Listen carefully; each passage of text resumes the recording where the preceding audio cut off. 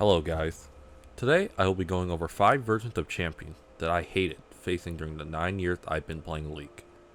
I started playing back in patch 3.5, so I will be going over some of the champions that have terrorized me and many players from season 3 to the present day.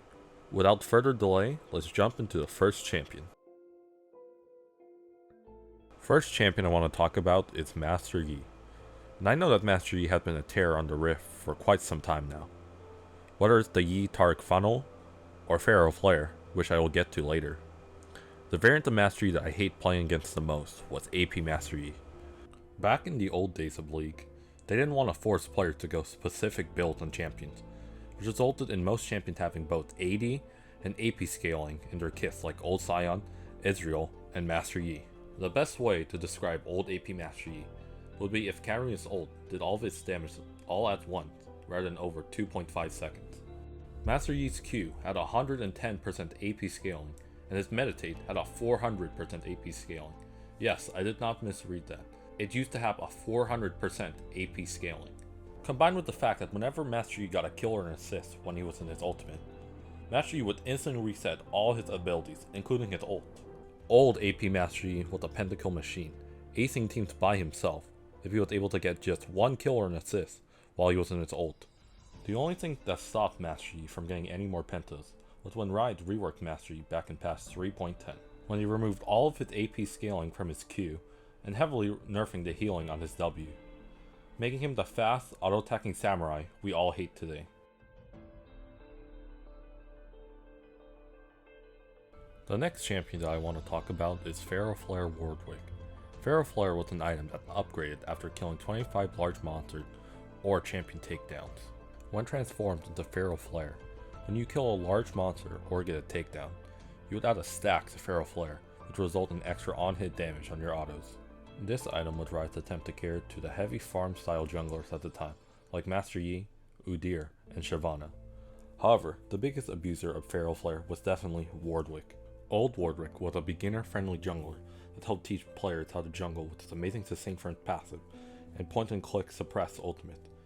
The reason why Pharaoh Flare was so amazing on Warwick was because its ultimate applied on-hit effects from items like Blade of the Ruined King, Red Smite, and of course Pharaoh Flare. This means that when Warwick got Pharaoh Flare, in combination with Blade of the Ruined King, he would deal half of his target's HP with his ult, and chase him down since he had increased movement speed on low HP targets. Pharaoh Flare was a toxic item in general, as it made it so junglers would AFK power farm the jungle until Wriggle's Lantern transformed to Pharaoh Flare, and once they got it, they would become an infinite scaling duelist that only another Pharaoh Flare jungler would be able to beat. Thankfully, Pharaoh Flare Warwick and other Pharaoh Flare junglers were toned down as Riot removed Pharaoh Flare on patch 4.20. After the removal of Pharaoh Flare, Warwick went back to becoming the beginner-friendly jungler and wouldn't have any attention on him until its eventual rework on patch 7.2. This champion is much more recent when compared to the other champions on this list, but I still want to talk about the release rework Akali, and how overloaded her kit actually was upon release. On patch 8.15, rework Akali was released, and looking how she was compared to now, it's like looking at a totally different champion. Akali's Q on release used to heal Akali if she used her Q when she had 180 or more energy, so in laning phase, Akali would be very difficult to poke out of lane, as with the combo of Doran's Shield and Second Wind, Akali could outlast most champions as she is an energy-based champion, in addition with the healing she got from Doran's Shield, Second Wind, and the passive on her Q. Akali's W, the most controversial ability upon release, granted her true invisibility. True invisibility meant that nothing, and I meant nothing, could reveal her out of invis, so you couldn't auto-attack her or use any point-and-click abilities.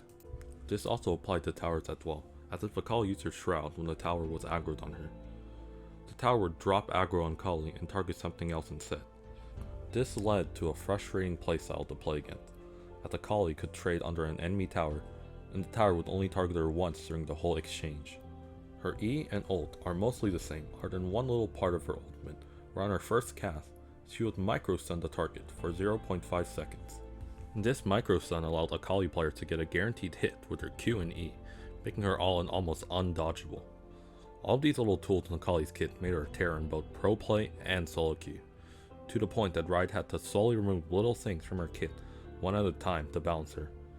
Eventually, all the things I mentioned before were removed from Akali's kit, but it is still great to think that at one point, Akali had all these abilities in her kit at the same time to make her one of the most overloaded champions ever released. In an awkward spot in between the turrets, in goes Showmaker doing his thing on the Akali, but does he have the burst damage? He does have the Shroud, and with Nuguri here as well, they're going to take him down 2v5. This is incredible. They're going to get at least 4 of them here. Teemo isn't the most hated champion in the game anymore, as many champions have overtaken him for that position. But main players may not know why Teemo became as hated as he was in the past. Back in the past, Teemo's mushrooms were much more deadlier than they are today. Teemo's mushrooms used to deal much more damage, as they used to have an 80% AP scaling, as well as last an ungodly 10 minutes before expiring.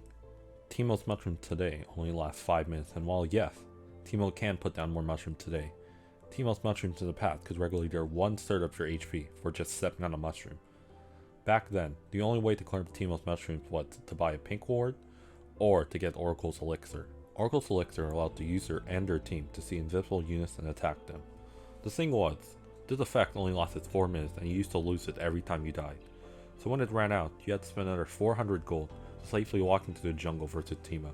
Teemo isn't as annoying as what he used to be in Season 3, but when Teemo was in its prime, there was a reason that he was known as the Devil of League of Legends. Thank you for watching the video if you made it this far. I am planning on making more videos discussing League's paths, as well as League trivia that some newer players may not know about.